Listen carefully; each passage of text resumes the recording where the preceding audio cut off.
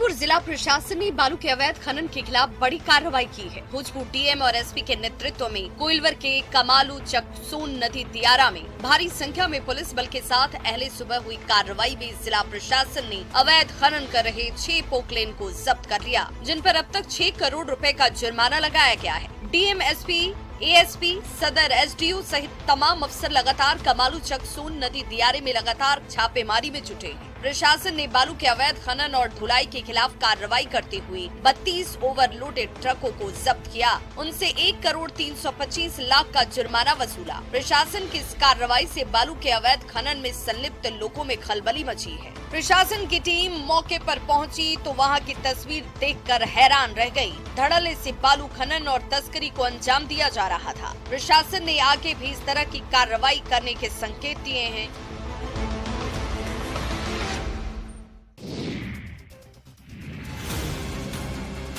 पूर्वी चंपारण जिले के घोड़ा सहन में डकैती की घटनाएं लोगों की नींद उड़ा दी है। अपराधियों ने श्रीपुर गांव में एक वार्ड सदस्य के घर को निशाना बनाया। 2,08,000 कैश समेत करीब 7 लाख रुपए की संपत्ति को लूटकर बदमाश चलते बने। श्रीपुर वार्ड 4 की सदस्य पिंकी कुमारी के मुताबिक 8 से 10 की संख्या में डकैतों ने धावा बोल दिया। बदमाशों ने उनके साथ मारपीट भी की। ऊपर से नीचे जिसके बाद अलमीरा की चाबी मांगा, चाबी हम दे दी। अलमीरा को चाबी खोल कर बोले तारा से बताए पैसा, हम बोले पैसा दे देंगे तो हमको नहीं ना कुछ कीजिएगा। तो बोले नहीं कुछ नहीं करेंगे। हम पैसा निकाल कर हम अपना हाथ से 50,000 रुपया हमको दे दिए। करीब आधे घंटे तक बदमाशों ने घर के सदस्यों को बंधक बनाकर इस वारदात को अंजाम दिया। पुलिस मामले की जांच में जुट गई है। इस घटना के 4 दिन पहले भी एक घर को डकैतों ने निशाना बनाया था।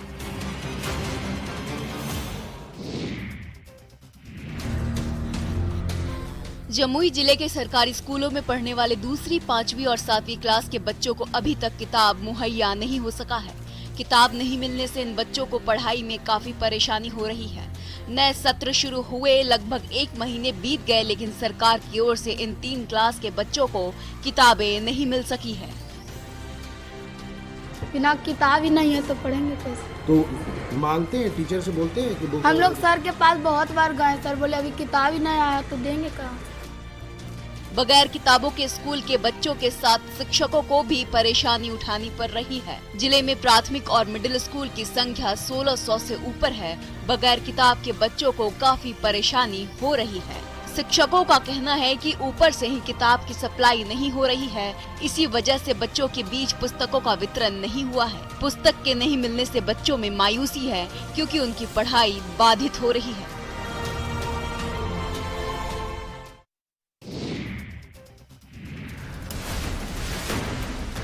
पलामू में 14वें वित्त योजना से ग्रामीण इलाके में लगे सोलर सिस्टम लघु जलापूर्ति योजना हाथी का दांत साबित हो रहा है। पंचायतों में मुखिया और पेयजल स्वच्छता विभाग की ओर से संयुक्त रूप से लगाए गए सोलर सिस्टम लघु जलापूर्ति योजना पिछले 2 सालों से बंद पड़ी है। ग्रामीणों को इसका लाभ नहीं मिल रहा। सदर प्रखंड के सुआ और कौड़ी पंचायत में सोलर सिस्टम से लगे जल मीनार खराब पड़े हैं। जल मीनार 1 साल से खराब, 6 महीना पहले इसमें से बैटरी खोल कर ले गया बनाने, अभी तक बन के नहीं। बहुत पब्लिक के परेशानी आ रहा है, बहुत कठिनाई का सामना करना पड़ रहा है। मेदिनीनगर सदर प्रखंड के सुआ और कौड़िया पंचायत महज एक उदाहरण है। कमोबेश जिले के सभी प्रखंडों में यही हालात है। सोलर सिस्टम जल मीनार लगाए गए हैं, मगर घटिया गुणवत्ता और पैसों की बंदरबाट के कारण जल मीनार कारगर साबित नहीं हो रहा है। खराब पड़े जल मीनार को ठीक कराने की मांग लगातार ग्रामीण करते आ रहे हैं।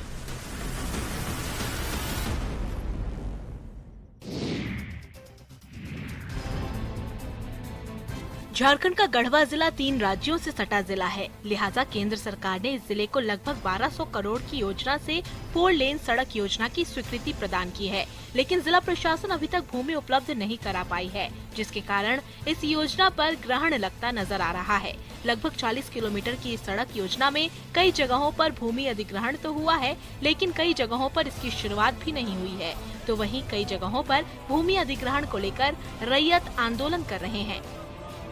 जो भू अर्जन द्वारा जमीन अधिग्रहण की जा रही है, उसका मुआवजा बहुत ही अल्प निर्धारित किया गया है। जमीन का उचित मुआवजा नहीं मिलने से ये लोग नाराज हैं। वाजिब कीमत नहीं मिलने पर जमीन नहीं देने की बात ये लोग कह रहे हैं। इधर सड़क परिवहन मंत्रालय केंद्र सरकार के सदस्य ने NH के अधिकारियों के साथ बैठक कर बताया कि यदि 31 मई तक भूमि उपलब्ध नहीं होगी तो आने वाले दिनों में ये टेंडर रद्द हो सकता है।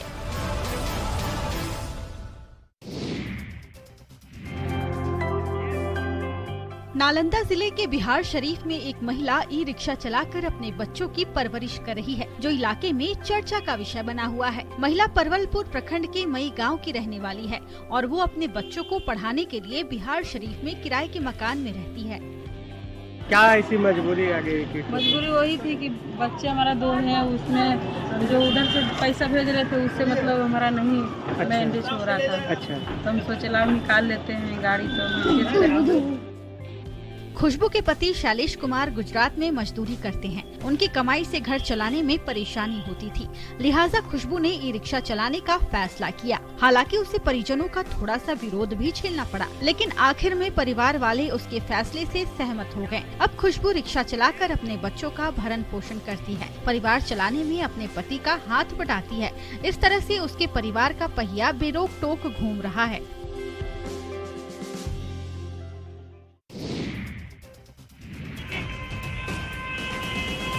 पूर्वी चंपारण की चकिया में नगर को स्वच्छ और सुंदर बनाने के साथ जाम की समस्या से निजात दिलाने के लिए नगर प्रशासन की टीम लगी हुई है। इस कड़ी में शहर के कई इलाकों में प्रशासन ने अवैध कब्जे पर बुलडोजर चलाया। अनुमंडल पदाधिकारी शंभू शरण पांडे की उपस्थिति में कार्यपालक पदाधिकारी डॉक्टर कुणाल किशोर ने अतिक्रमण मुक्त कराने की मुहिम चलाई। सभी लोगों को सर्वे करा करके इसको नोटिस भी कराई गई है और सभी लोगों को माइकिंग के माध्यम से भी हम लोग सूचना दे रहे थे और बार बार सूचना दे रहे थे। सब लोग को मौका भी दिया गया है। साहिबगंज रोड से लेकर केसरिया रोड में अतिक्रमणकारियों पर प्रशासन का बुलडोजर चला। देखते ही देखते सड़क के दोनों किनारों से दुकानें हटने लगी। सड़क किनारे दुकानों की ओर से रखे गए काउंटर और दुकानों को हटाया गया। इस दौरान किसी भी बवाल से निपटने के लिए मौके पर भारी संख्या में पुलिस बल की तैनाती की गई थी। हालांकि इस कार्रवाई से लोगों में नाराजगी देखी गई, लेकिन प्रशासन के आगे किसी की एक न चली।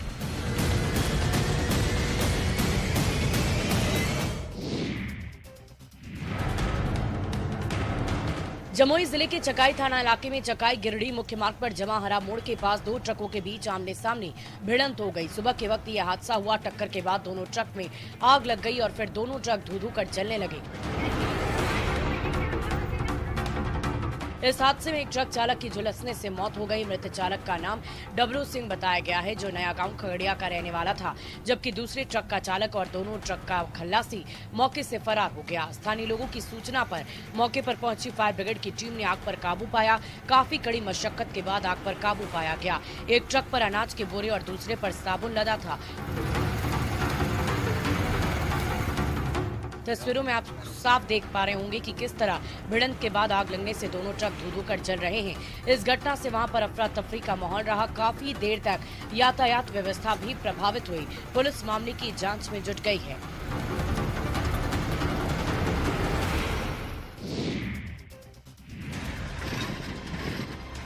शराबबंदी वाले बिहार में लाखों की जब्त शराब की बोतलों पर जेसीबी चलाई गई। गोपालगंज के बलथरी चेक पोस्ट पर सैकड़ों लीटर देसी और विदेशी शराब की बोतलों को कानूनी प्रक्रिया के बाद जेसीबी का इस्तेमाल कर नष्ट किया गया। उत्पाद अधीक्षक राकेश कुमार ने बताया कि बीते मार्च महीने में जिले भर में शराब तस्करों के खिलाफ अभियान चलाकर बड़ी कार्रवाई की गई। इस कार्रवाई के दौरान विभिन्न थाना क्षेत्रों से 1100 लीटर देशी और विदेशी शराब जब्त किए गए थे। तो वो लगभग 1150 लीटर देसी विदेशी शराब था और 1900 कार्टन जो है वो कोल्ड ड्रिंक्स था जो जब था।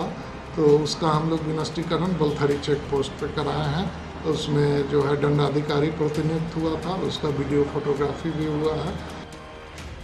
मजिस्ट्रेट की निगरानी में देसी और विदेशी शराब को जेसीबी चलवाकर नष्ट किया गया। शराब को नष्ट करने के बाद खाली बोतलों को गड्ढे खुदवाकर जमींदोज कर दिया गया। साथ ही इस पूरी प्रक्रिया की वीडियोग्राफी कर इसे कोर्ट के साथ साथ डीएम को भी सौंपा गया।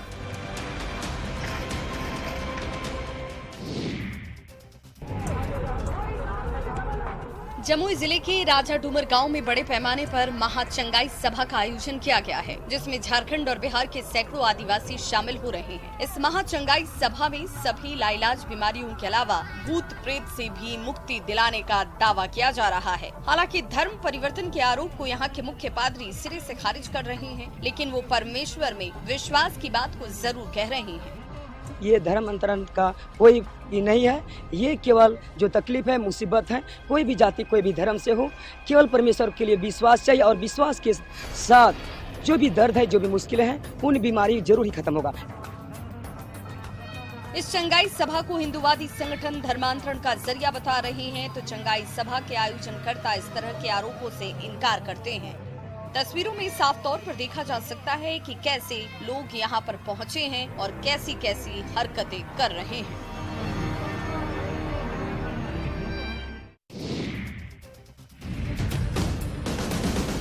शेखपुरा नगर परिषद के गिरहिंडा चौक के बस स्टैंड के पास चोरों ने एक घर को निशाना बनाया। चोरों ने घर में रखे कैश और जेवरात पर हाथ साफ कर लिए। करीब 25 लाख की चोरी हुई है। चोरों ने घर को उस वक्त निशाना बनाया जब घर के सदस्य अपने पैतृक गांव गए हुए थे। जेवर अब मेरा भी था, तुमको मेरा तो जानकारी है, मेरा तो नहीं इतना पता है। कितना लमसम पैसा कितना हुआ? हाँ 300 ग्राम। पैसा कितना हुआ? 7 लाख रुपया है, मेरे सास के था। चोरों ने मेन गेट का ताला तोड़कर घर के अंदर रखे जेवरात और कैश लेकर फरार हो गए। इस घटना की सूचना पुलिस को दे दी गई। पुलिस की टीम जांच में जुट गई है। पुलिस ने जल्द ही चोरों को पकड़ने का दावा किया है। चोरी के दौरान चोरों ने घर में जमकर उत्पात मचाया। घर के अंदर बिखरे हुए सामान इस बात की गवाही दे रहे हैं कि सारा सामान इधर से उधर कर दिया और कीमती सामान लेकर वहां से चलते बने।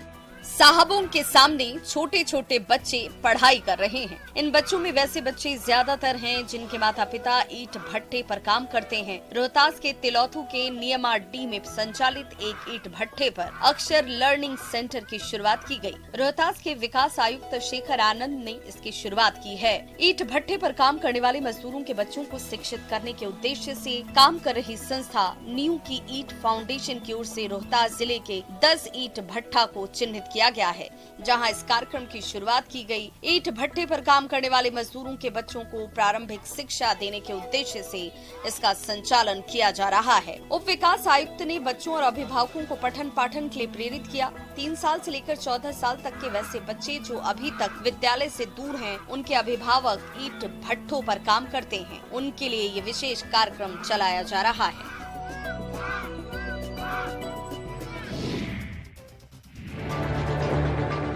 सिमडेगा का 300 स्कूल बिना फाटक वाले रेलवे ट्रैक के किनारे स्थित है। रेलवे फाटक के एक ओर स्कूल है तो दूसरी ओर 300 गांव बसा है। ऐसे में स्कूल आने के लिए छात्रों, स्कूलों और अभिभावकों को रेलवे ट्रैक पार करना होता है, जिससे हमेशा हादसे का डर बना रहता है। ये ट्रैक काफी चालू है। यहाँ से कई सुपरफास्ट ट्रेन गुजरती है। कई बार यहाँ के लोग अंडरपास रेलवे पुल की मांग कर चुके हैं, लेकिन हालात जस के तस हैं। यहाँ जाने के लिए दिक्कत होता है। यहाँ स्कूल नहीं, इधर पार में नहीं है बोल के इधर जाते हैं, इसलिए खतरा उठाते हैं। हर दिन पार होते हैं? जी हाँ, हर दिन पार होते हैं हम लोग। 300 गांव में करीब 300 घर की आबादी है। यहाँ के सैकड़ों बच्चे पढ़ाई करने के लिए गांव के पास बने सरकारी स्कूल में जाते हैं। यही नहीं, इस गांव के बानो प्रखंड मुख्यालय जाने के लिए भी इस ट्रैक को पार करना होता है। प्रशासन लोगों की गुहार को अनसुना कर रहा है। ऐसे में लोगों का कहना है कि किसी बड़े हादसे के बाद ही प्रशासन की नींद खुलेगी।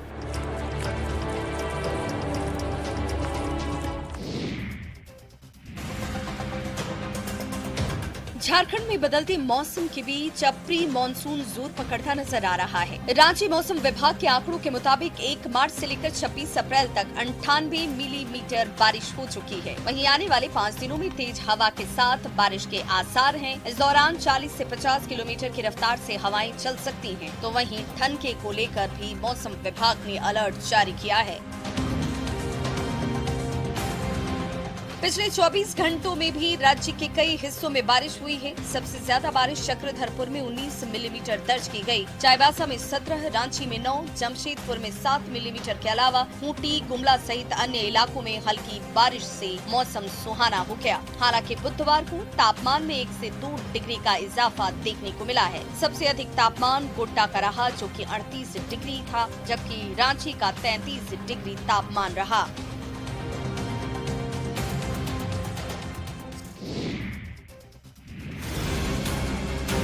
पूर्णिया कोर्ट स्टेशन के पास गुमटी संख्या 6/8 में रेलवे संपार फाटक की मांग काफी दिनों से चल रही है। इस बाबत 2016 ईस्वी में तत्कालीन डीएम पंकज पाल ने भी समस्तीपुर डीआरएम को पत्र लिखकर यहां संपार फाटक खोलने की जरूरत बताई थी। स्थानीय लोगों ने कई बार समस्तीपुर रेलवे के डीआरएम और हाजीपुर के जीएम का घेराव कर उन्हें मांग पत्र सौंपा। उनकी ओर से समाधान का भरोसा मिला, लेकिन आज तक यहाँ संपार फाटक नहीं खुलने से लोगों में आक्रोश है।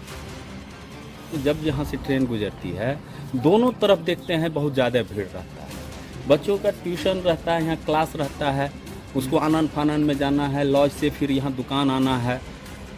लॉ कॉलेज और विद्यापति नगर के इस फाटक के बीच मुख्य सर्वे सड़क है। यहाँ करीब 10,000 की आबादी है। फाटक के नहीं बनने से लोगों को आवागमन में परेशानी होती है। कई बार पटरी से क्रॉस करने के दौरान लोग ट्रेन की चपेट में आ जाते हैं और हादसे का शिकार हो जाते हैं। बावजूद इसके प्रशासन इसकी सूध नहीं ले रहा है।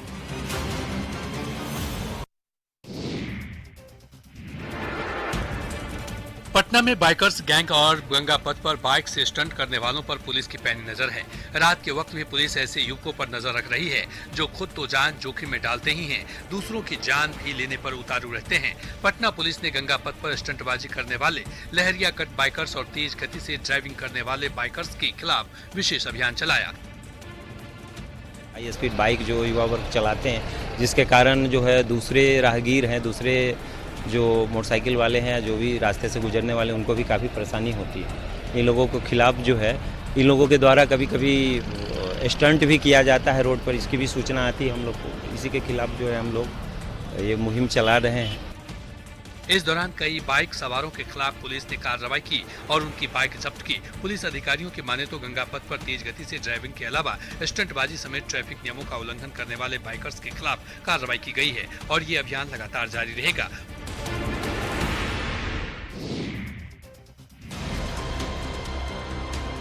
शेखपुरा सदर थाना के मटोखर दाह में मनरेगा योजना और जल जीवन हरियाली योजना के तहत बड़े पैमाने पर पौधारोपण किया गया था। इस पर लाखों रुपए खर्च किए गए, लेकिन रख रखाव और बंदरबाट के चलते हरियाली जमीन पर नहीं दिख रही है। वर्ष 2017-18 में मनरेगा योजना और साल 2019 में हरियाली योजना के तहत इस स्थान पर पौधारोपण किया गया, लेकिन अब सारे पौधे सूख चुके हैं या फिर सूखने की कगार पर हैं। कोई देख रहे नहीं है, उसके लिए कोई खास आदमी का ड्यूटी नहीं, कोई नहीं, अपना कूल है। वहाँ क्या मटोकर क्या समूचे जहाँ पंचायत में कुल मुखिया लगवाया है, रोड किनारा में, गांव में, तो सब सूख गया। आप ये जानकर भी हैरान हो जाएंगे कि एक बार नहीं, दो बार एक ही स्थान पर योजना को धरातल पर उतारा गया। लाखों रुपए पानी की तरह बहाए गए, लेकिन हरियाली गायब की गायब ही रही। जगह वैसे ही सुनसान है, उसे हरे भरे होने का इंतजार है, लेकिन बंदरबाट के चलते इंतजार की घड़ियां खत्म होने का नाम नहीं ले रही। सरायकेला खरसावां जिले में आदित्यपुर पुलिस ने माझी टोला के संजय नगर से 72 बोतल अवैध अंग्रेजी शराब के साथ एक व्यक्ति को गिरफ्तार किया है। माझी टोला में छापेमारी कर चरणपाल के घर से 7 पेटी में रखे 72 बोतल अंग्रेजी शराब बरामद की गई। आदित्यपुर पुलिस ने एक सप्ताह में दूसरी बार अंग्रेजी शराब के अवैध व्यापार का खुलासा किया है। माझी टोला में चरणपाल करके है जो अवैध इंग्लिश दारू का कारोबार कर रहे हैं, छापेमारी किया जिसमें काफी मात्रा में इंग्लिश दारू मिली है। वहीं पूर्वी सिंहभूम जिले में घाटशिला के गालूडी थाना के हलूदबनी और भ्रूडांगा में पुलिस ने अवैध शराब के कारोबार का खुलासा किया है। सुखलेड़ा जंगल में चल रहे अवैध महुआ शराब चुराई की भट्टियों को ध्वस्त किया गया। पुलिस ने 6 भट्टियों को बर्बाद किया। इस दौरान अवैध महुआ शराब चुराई करने वाले सभी फरार हो गए थे। छापेमारी में जावा महुआ 7000 किलो और 280 लीटर महुआ शराब जब्त की गयी।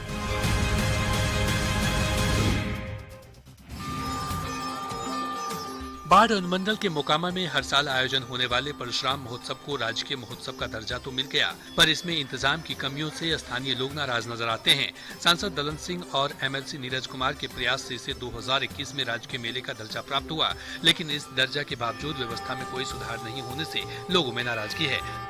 जितना सारा फंड आता है, यहाँ चंदा होता है, उससे और प्रदेश की तरफ से आता है, ये सारा फंड का ये लोग बंदर बांट करता है। जो भी कमेटी में है लोग, वो उस टाइप के हैं जो कि ये प्रोग्राम को सक्सेस नहीं होने देखना चाहते हैं।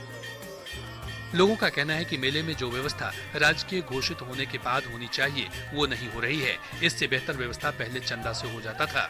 अब इस मेले को सरकार से फंड मिलता है, इसके बावजूद हालात बद से बदतर है। दूसरी तरफ प्रशासन का कहना है कि